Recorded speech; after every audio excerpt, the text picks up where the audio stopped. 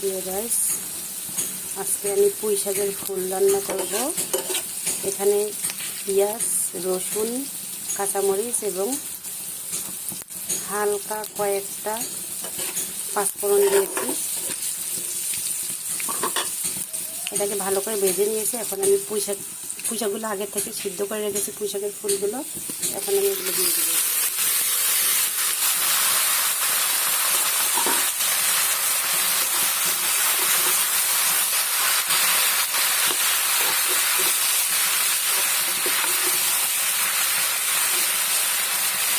পুঁই শাকের ফুল রান্না করে খেলে শরীরের জন্য অনেক পুষ্টিকর। এটা পুঁই শাকের ফুলেতে অনেক ভিটামিন আছে।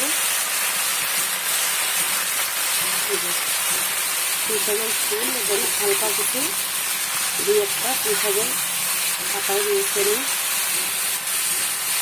এটা খেতে অনেক টেস্ট প্লাস শরীরের জন্য অনেক উপকার।